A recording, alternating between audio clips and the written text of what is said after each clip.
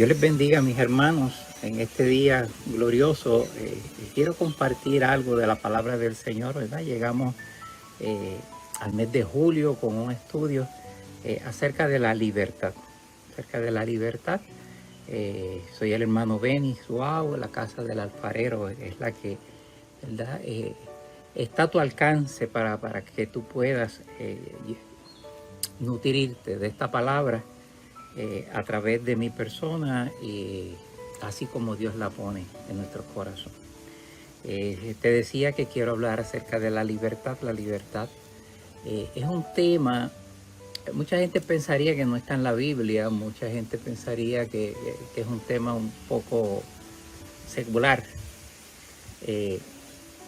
Muchos poetas han escrito, hay ensayos, hay novelas acerca de la libertad. Tenemos también cánticos. De hecho, Lares, el pueblo del grito, ¿verdad? Se caracteriza por haber tenido una revuelta donde se pretendía la libertad de Puerto Rico frente a los españoles por ser territorio, ¿verdad?, de España en aquel momento. Y la libertad pues ha tomado pues muchas, pero que muchas formas. De hecho, muchas personas han muerto buscando la libertad. Otros han muerto para no perderla. En el grito del Lares pues se perdieron vidas buscando la libertad. Y hubieron otros movimientos y en otros países, ¿verdad?, que se ha estado buscando la libertad. Posiblemente las personas que más conozcan acerca de la libertad son los que no las tienen. Estamos hablando de presos, estamos hablando de personas cautivas, estamos hablando de personas con grilletes electrónicos, de diversas maneras que han sido apresados en las cárceles, por supuesto. Este asunto de la libertad pues a todos nos toca. Yo creo que dentro de cada ser humano, en lo más profundo de su interior, hay un ansia de libertad. Y entonces pues esto se proyecta en términos de libertad de reunión, libertad de prensa, diferentes tipos de libertades. De hecho, la libertad de culto garantizada por la Constitución, la nuestra, ahora mismo pues en muchos países y en nuestro país pues está en tela de juicio con nuevas leyes que restringen precisamente las cosas que se hablan. Ahora mismo se nos está cuestionando, ¿verdad?, nuestras creencias, lo que creemos y se pretenden a veces hacer leyes cada vez para restringir más y más esa libertad de expresión y esa libertad de culto que tiene la iglesia. Sin embargo, la libertad que yo te quiero hablar en este momento es una libertad que está muy a la par con la Biblia, es la libertad cristiana. Y vamos a ver que la libertad cristiana pues tiene dos facetas realmente. Pero antes de hablarte de la libertad cristiana, en el contexto del Antiguo Testamento, si tú vas a él, tú te vas a dar cuenta que la libertad de Israel como nación, estamos, ¿verdad?, hablando del pueblo judío, pueblo de Israel, no dependía del esfuerzo humano, no dependía de un poder militar, no dependía de un sufragio, de unos votos. No dependía de una estrategia política, no dependía de nada de eso, sino que exclusivamente la libertad de esa nación, así como lo entendía la propia nación, dependía de su obediencia a Dios. Y eso me parece a mí que es bien importante que tú lo entiendas. La obediencia a Dios tenía una serie de beneficios. El pueblo era bendecido cuando el pueblo obedecía a Dios. Tú me puedes decir, bueno, será eso es otro contexto, eso es otro momento histórico, eso no es bajo la gracia. Sin embargo, bajo la gracia pues también se habla acerca de la obediencia. Yo quisiera compartir un verso contigo para que tú veas cómo la obediencia a los mandamientos, evitar las injusticias sociales, la impiedad, la piedad también, ¿verdad?, traía beneficios en ese sentido. Dice Deuteronomio capítulo 28, donde está este asunto de la bendición y la maldición. El verso 15 dice: pero acontecerá si oyes la voz de Jehová, tu Dios, y procuras cumplir todos sus mandamientos y estatutos que yo te ordeno hoy, vendrá sobre ti y te alcanzarán todas estas maldiciones. Si no oyes la voz de Jehová, vendrán sobre ti estas maldiciones. Y en el verso 25, una partecita pequeña, dice: Jehová te entregará derrotado delante de tus enemigos. Vas a perder tu libertad, está diciendo. Vas a perder tu libertad porque no estás oyendo la voz de Jehová, el Dios que evidenció que es poderoso, que te sacó de Egipto con mano fuerte, ¿verdad? Que acabó con Faraón, etcétera, etcétera. La historia dice que Jehová es un Dios poderoso, que es un Dios fiel, que es un Dios amoroso, etcétera, etcétera. Especialmente en ese libro de Deuteronomio dice que Dios es un Dios amoroso y se preocupa por su pueblo, pero su pueblo no le obedece y eso tiene consecuencias, y una de las consecuencias pues es perder la libertad. Cosa que sucedió en Israel. Cuando Israel pecó malamente, Dios trabajó con ese pueblo de muchas maneras, pero llegó el momento que perdió su libertad. Segunda de Reyes, capítulo 17, verso 6 y verso 7. Dice: en el año 9 de Oseas, el rey de Asiria tomó Samaria. Quiere decir que Samaria, la capital del imperio de Israel, fue tomada por el rey de Asiria. Y dice luego: llevó a Israel cautivo a Asiria. Israel perdió su libertad. Verso 7. Esto sucedió porque los hijos de Israel pecaron contra Jehová su Dios. Y ahí te da la razón. Pecaron contra Jehová su Dios. Jehová su Dios, y añade, que los sacó de la tierra de Egipto, debajo de la mano de Faraón, rey de Egipto. Adoraron a dioses ajenos. La desobediencia tuvo consecuencias. La obediencia tiene consecuencias. ¿Cuál es la consecuencia? Si obedeces, tienes libertad, es nacional. Será el caso, ¿verdad?, de Israel en ese momento. Y si desobedeces, perdiste tu libertad. El trato de Dios con esta nación. Interesantísimo. La nación fue llevada cautiva. Primero Judá fue llevado cautivo, después la segunda parte fue llevada cautiva, que fue Israel. Aquí el verso que leí habla acerca de la caída de Samaria. Primero cae Jerusalén en el 586, después cae Samaria en el 732, si no me equivoco. Como quiera que sea, perdieron su libertad y anhelaban tener esa libertad, anhelaban volver a ser nación. Israel volvió a anhelar ser nación. Durante el periodo de los profetas, entonces surgen unas expectativas mesiánicas, donde esas expectativas mesiánicas se le mete en el corazón al pueblo aquello de que va a aparecer un Mesías que te va a libertar, un libertador va a aparecer. Y el pueblo esperaba aquel libertador, aquel Mesías. Y narra la palabra del Señor que cierto día a Dios se le ocurrió, por así decirlo, disfrazarse de hombre común. Y se metió en la sinagoga de Nazaret, allí disfrazado de hombre común, por así decirlo, ¿verdad?, encarnado. Y comenzó a leer un pasaje que representaba aquel anhelo que tenían el pueblo y que Isaías con sus palabras resumió de esta manera, ¿verdad?, por inspiración divina. Capítulo 61 de Jeremías. Jesús lo está leyendo. Esto lo narra Lucas capítulo 4 verso 16, cuando Jesús lo lee. Dice: y el Espíritu de Dios está sobre mí, por cuanto me ungió. Y dice más adelante: para predicar libertad a los cautivos. De manera que el tema de la libertad cristiana, sí está en el Nuevo Testamento. Jesús vino a predicar libertad a los cautivos. Había aparecido el gran Mesías. Allí lo tenemos nosotros en la sinagoga de Nazaret, humildemente leyendo este pasaje. Sin embargo, hay dos tipos de cautiverio. Y eso es bueno que tú lo entiendas. Hay dos tipos de cautiverio.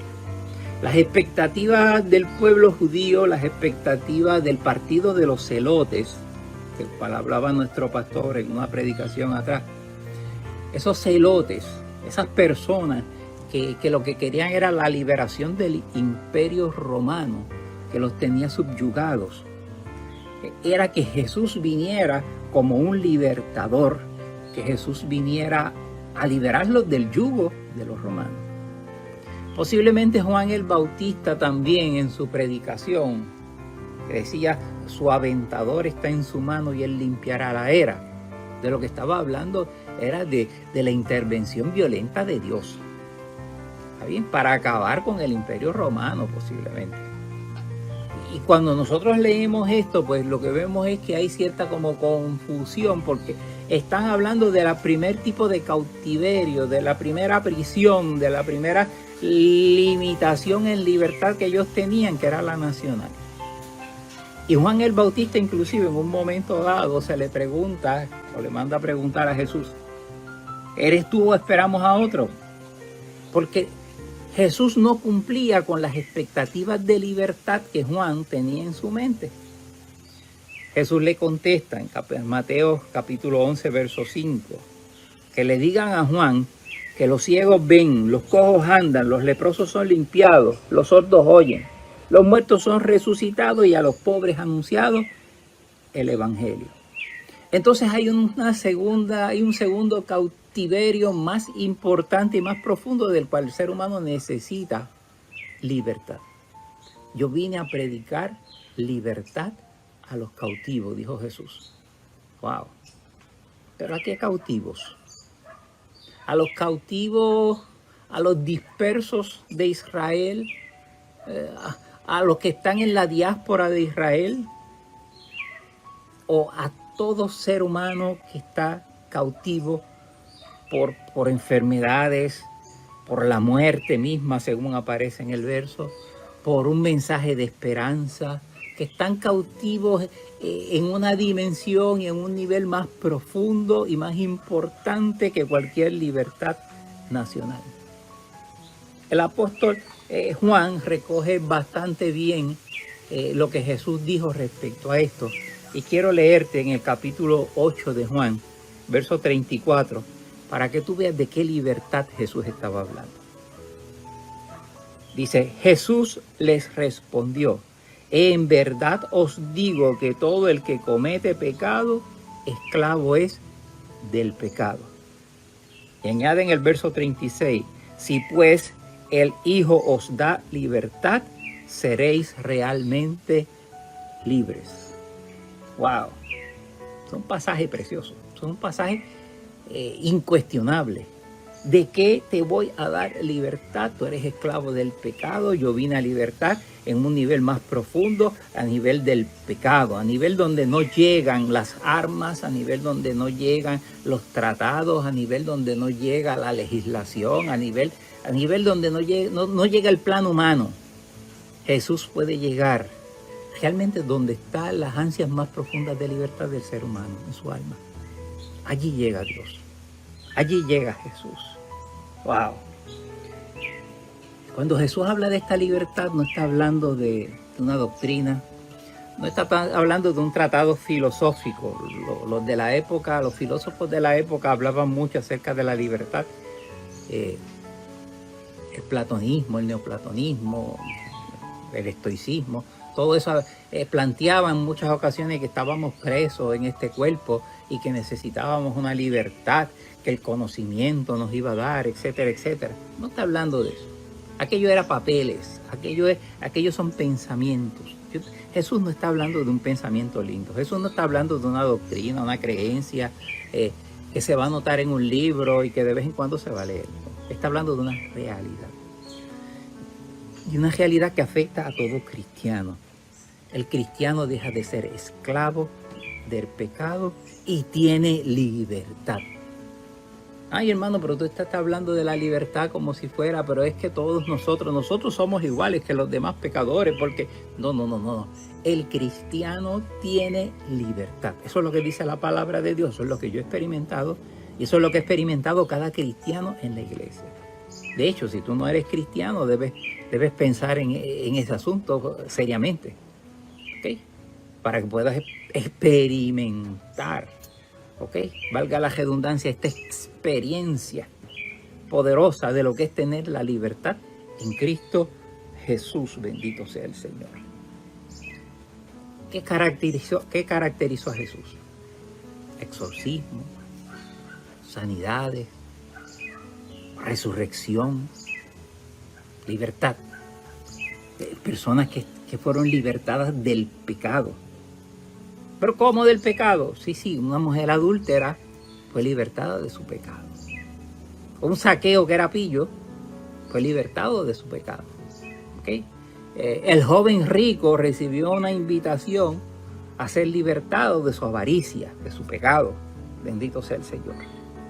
Libertad del pecado. El pecado no se enseñorea de los hijos de Dios. No estoy diciendo que no ocurra algo en la cual nosotros fallemos, pero nosotros no le servimos al pecado. Nosotros le servimos a Dios. ¿Okay? El señorío sobre nuestras vidas es de Cristo. Bendito sea el Señor. Sin embargo, el pecado se enseñorea hoy en día. Hay tanto libertinaje, hay tanto adulterio. La gente son presas de los vicios. Los vicios no tienen alternativa, están ahí atados. La única alternativa sería buscar a Jesús. ¿Okay? Pero el pecado se enseñorea de todas maneras. Gente que destruye sus matrimonios sencillamente por una aventura amorosa y después están lamentándose. No tuvieron control porque el pecado los domina. Bendito sea el Señor. Pero no solamente eso. Nos liberta, ¿verdad? Liberta a la gente de posesiones demoníacas. Ay, hermano, ¿de qué usted está hablando? Eso se habla en la iglesia, precisamente. En la iglesia hay que hablar de todo ese tipo de cosas. Hoy en día yo me pregunto, ¿verdad? No sé, ¿por qué no se tratan estos temas? ¿Por qué no se ora a veces?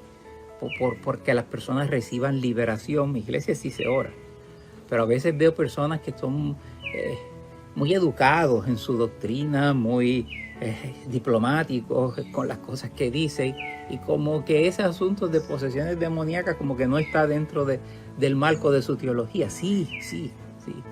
Eso está ahí presente. Hay ataduras. A veces las disfrazan, ¿verdad?, con enfermedades psiquiátricas, psicológicas, etcétera. Pero están ahí, ese tipo de atadura.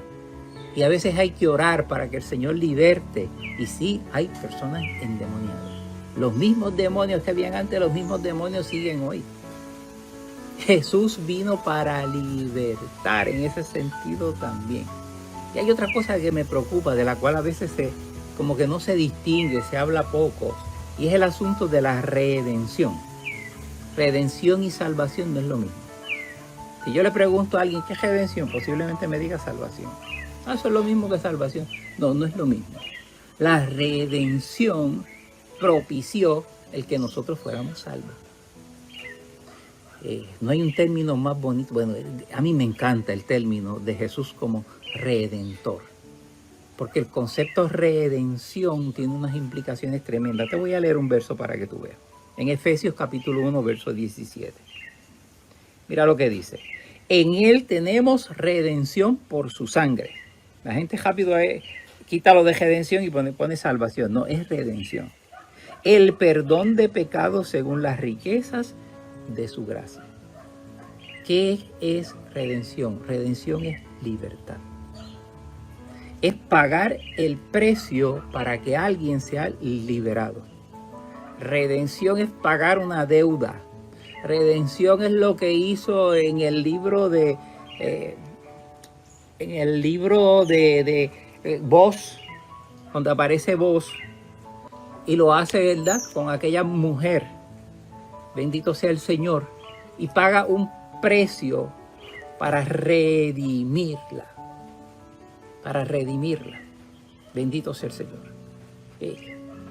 Redención es lo que hace una persona que ha empeñado algo y luego paga un precio para entonces liberar ese artículo. Bendito sea el Señor. ¿Okay? Ruth la Moabita necesitaba redención. Vos. Entonces va y paga el precio por ella, por así decirlo. Necesitaba un pariente que la redimiera. Jesús pagó con su sangre por el pecado de nosotros para que nosotros no recibiéramos la muerte. Él es el Redentor. La salvación precisamente proviene de ahí, de que Jesús es nuestro Redentor. Gloria sea al Señor.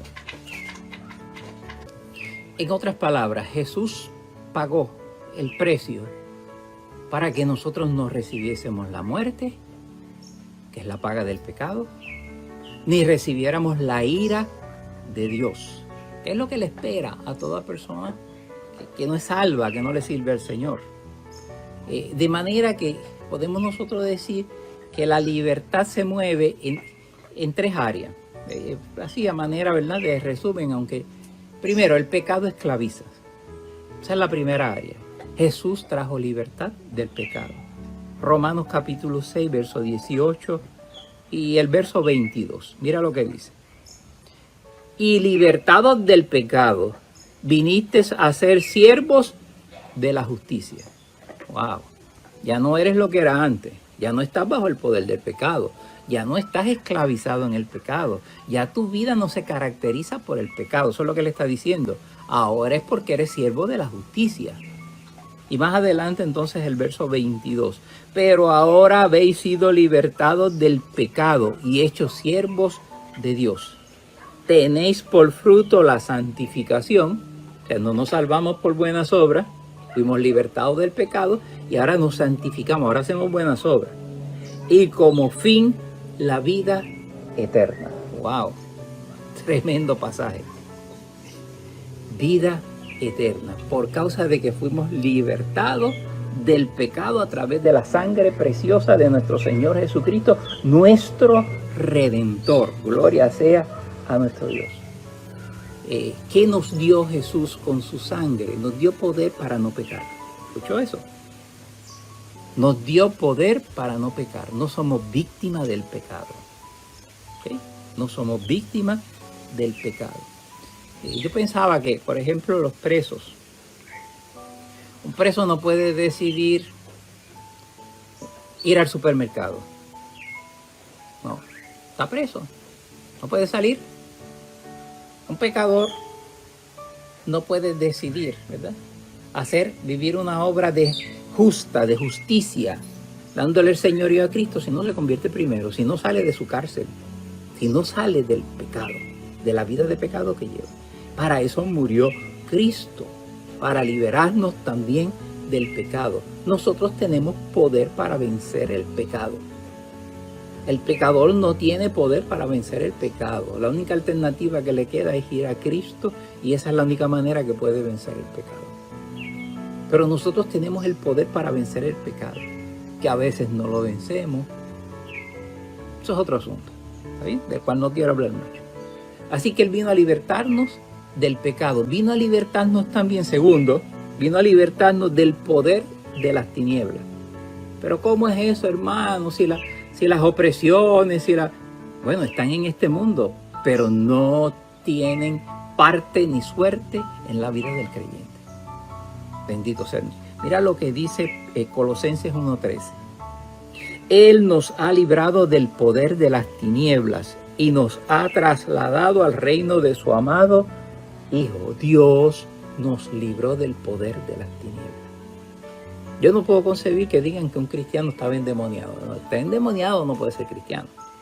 No puede ser que reciba ataques del enemigo, eso sí. De hecho, los va a recibir, porque nuestra lucha no es contra carne ni sangre. Pero tengamos nosotros, ¿verdad?, cuidado con esto. Satanás no tiene poder sobre aquellos que han sido lavados con la sangre de Cristo. No. Él no manda en nuestras vidas. Él no manda en nuestros hogares. Bendito sea el Señor. Que lo escuches tú y que lo escuche Satanás también. Bendito sea nuestro Dios. Nos declaramos el poder de Dios en nuestras vidas. Declaramos que Dios es más poderoso que cualquier enemigo, que cualquier diablito, ¿verdad? Como le decía allí Ávila, que cualquier diablito de esto. Gloria sea al Señor. Y hay un tercer punto que quiero que también tú entiendas. También nos ha libertado de aquellas prácticas religiosas que nos tenían atados. Sí, muchos hermanos en la fe hoy en día pueden confesar eso. Después que uno experimenta la libertad en Cristo, entonces se puede dar cuenta que todo eso que uno tenía, todas esas imágenes, todas esas, los que eran espiritistas, ¿verdad? Los que eran medio santeros, los que creían en los horóscopos, los que creían en tantas cosas, entonces se sienten que han sido libertados, ya no están a la merced de todas esas prácticas religiosas. Pablo le dice a los Gálatas: ciertamente en otro tiempo, cuando no conocías a Dios, servías a los que por naturaleza no son dioses, pero ahora le servimos a Dios y es distinto. A los corintios le dice: por tanto, amados míos, huid de la idolatría. Gloria sea a nuestro Dios.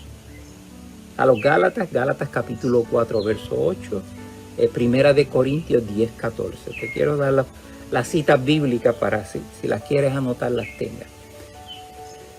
Nosotros no somos esclavos de unas creencias religiosas, de unos sistemas religiosos pasados que nos obligaban en Semana Santa a no comer carne, que nos obligaban a ciertas conductas que no tenían ni sentido ni virtud alguna delante de Dios. Gloria sea nuestro Dios. Ahora te quiero dar otro verso. Mira lo que dice de dónde proviene la libertad. Este verso es bien importante que tú sepas de dónde proviene esa libertad. Porque la ley del Espíritu, Romanos 2:8, porque la ley del Espíritu de vida en Cristo Jesús me ha librado de la ley del pecado y de la muerte. Wow. ¿De dónde proviene? De nuestra comunión, nuestra relación, del ministerio operante en nuestras vidas del Espíritu Santo.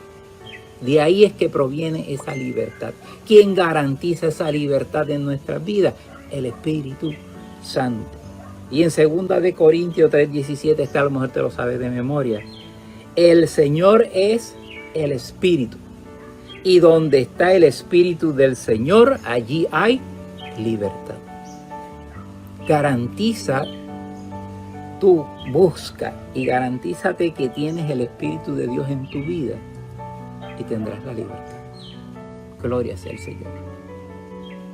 Pero que somos víctimas de esto otro, que nos quieren manipular. Sí, pero mantén el Espíritu Santo en tu vida y vas a sentir la libertad plena que necesitas.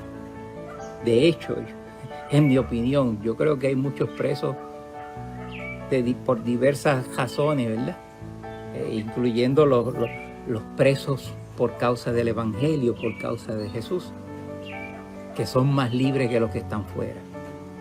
Gloria sea a nuestro Dios, porque el Espíritu de Dios está con ellos. Gloria sea a nuestro Dios. Hay una comparación muy usada en la Biblia. Pablo la usa en el libro de Gálatas, también la utiliza en el libro de Romanos. Y él habla acerca de una familia, y en la familia hay hijos. Y en la familia, en aquella época, también habían esclavos. Ambos interactuaban, pero quien tiene derecho a la herencia, quien tiene derecho a hacer lo que desea, es el hijo, no es el esclavo. No era el esclavo. A menos que ese esclavo fuera adoptado como parte de la familia. Y por adopción entonces tenía la libertad y tenía los beneficios. Eso es muy utilizado, ¿verdad?, dentro de la Biblia. Quiero leerte, ¿verdad? Quiero leerte un verso más. Y con este verso quiero culminar para que tú veas qué poderoso. Está en 1 de Corintios capítulo 7, verso 22. Dice: porque en el Señor porque el que en el Señor fue llamado siendo esclavo, liberto es del Señor. Está hablando de un esclavo literal, pero también se aplica en términos espirituales. Éramos esclavos del pecado y ahora en el Señor somos libres. Entonces tiene una segunda parte. Mira la segunda parte. Asimismo, el que fue llamado siendo libre, esclavo es de Cristo. Wow. Nosotros somos libres, pero somos esclavos. Eso es una paradoja, ¿verdad? Somos libres porque el Señor nos ha libertado. Somos esclavos por elección, porque elegimos servirle incondicionalmente al Señor, sin barreras, sin nada que impidiera. Yo quisiera que esta verdad grandota acerca de que sí, de que participamos a través del Espíritu Santo de una libertad genuina y verdadera en Cristo Jesús, venciendo el pecado, venciendo las tinieblas, venciendo cualquier creencia religiosa pasada, venciendo inclusive las supersticiones que hemos traído desde toda la vida, ¿verdad? Venciendo una mente limitada. Gloria sea a nuestro Dios. Tú puedas atesorarla en tu corazón y ver que día a día se convierte en una realidad poderosa para tu vida. Escucha lo que te digo, bien importante. Hazla una realidad poderosa en tu vida. Es una realidad en nuestras vidas. No te sometas. Colosenses dice algo, que se someten a cultos, se someten a un sinnúmero de cosas, dice el apóstol Pablo, ¿sí? Pero estamos bajo la libertad que nos compró la sangre de Cristo en su redención. Él pagó por esa libertad. Él pagó por esa libertad.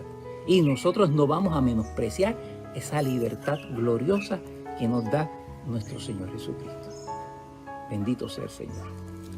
Te dije que te quería hablar que la libertad cristiana tiene dos áreas. Hoy te estoy hablando acerca del área más grande, del área del macro, donde Dios nos salva y compró, ¿verdad? Con su sangre preciosa, esa salvación a través de su redención. La semana que viene quiero hablarte de la libertad cristiana, pero en términos de un ambiente más reducido, más pequeño. Libertad cristiana en las prácticas religiosas, en nuestro cristianismo. Quisiera que no te la perdieras, porque esa es muy edificante y tiene que ver con nuestra relación, nuestro servicio a Dios, nuestro servicio a nuestro prójimo y nuestra relación con otras iglesias y otras personas que creen distinto. Dios te bendiga.